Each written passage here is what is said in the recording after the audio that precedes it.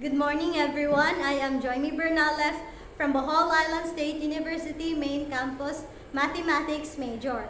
So here is my semi-detailed lesson plan for senior high school grade 11. So let's start. Okay, class, please stand up for the prayer. Amen. Please sit down. Good morning, class. How was your day? Okay, so let's check your attendance. Very good. So no one is absent. So let's check your assignments. Okay, please pass your paper so I will record it later. Alright, so yesterday we've talked about the exponential expression. So what again is an exponential expression? Yes, Noel, it is a way to write the exponents in a simple form. So today we'll start our new topic. But before that, I have three expressions. So observe them and spot the difference. As you have noticed, all the givens are expressions involving variable as the exponents. So A and C involves one variable only, while P involves two variables, the y and the x.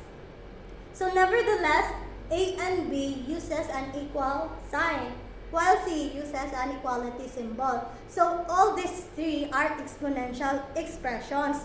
So based from this, what do you think will be our topic for today? Very good. So our topic for today is exponential function, equation, and inequality. So let's differentiate those three. So exponential function, it is a function involving exponential expressions that shows a relationship between dependent variable, which is the x, and independent variable, which is the y. For example, fx equals 2 to the power of x plus 3 and y equals 10 to the power of x. We have fx, which is the independent variable, and 2x plus 3, which is the dependent variable. So moving on, we have exponential equation. So it is an equation involving exponential expressions that can be solved for all x values. Remember, that can be solved for all x values satisfying the equation. For example, 1 to 1 equals 11 to the power of x. If we let x equals 2, we have 11 times 11, which is 121. So it is correct. 121 is equal to 121. And 3 to the power of x. If we let x equals 4, we have 3 times 3, 9, 9 times 3, 27, 27 times 3. Yes, very good. It is 81. So we have 9 to the power of x minus 2. So 4 minus 2, we have 2. So 9 times 9, we have 81.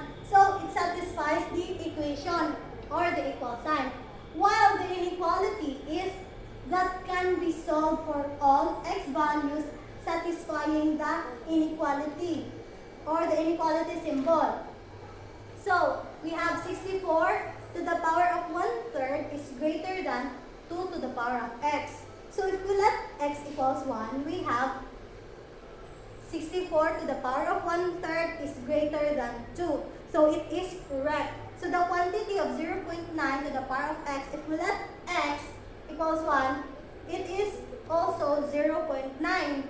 So 0.9 is greater than 0.81. So that's correct. So to fully understand this, let's have these expressions. So you will you will classify them as to function, equation, inequality, or none of this. So I'll give you 5 minutes to answer. Okay, class, let's check your answers. So for function, you answer gx equals 4 to the power of 5x and fx equals 5 to the power of x plus 2. So very good. It involves dependent variable and independent variable. For the equation, we have 36 equals 6 to the power of x and 7 equals 49 to the power of x. So very good. It is also correct. For the inequalities, we have 6 is greater than quantity of 1/36 to the power of x.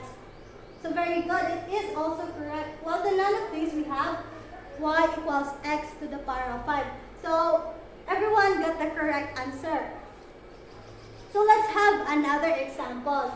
But this time, you will classify and justify your answer. So I'll be calling 5 students to answer it on the board. Okay, very good. They got the correct answer. Let's give them 3 claps. Okay, let's check again. So number 1, we have an equation because it satisfies the x values. Number 2, none of this, or it does not belong to any of the exponential.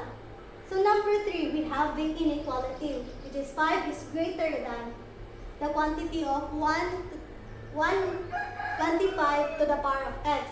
So number 4, we also have a function, and the 5, which is an equation.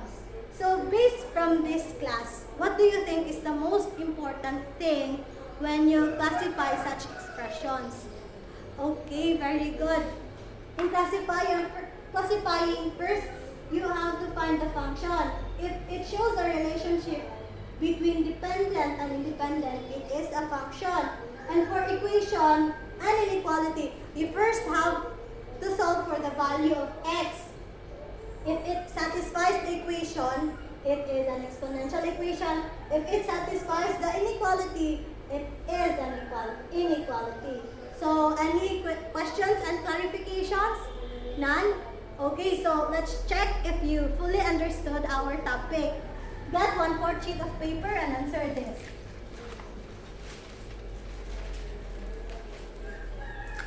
Okay, so I'll be giving you 5 minutes to answer.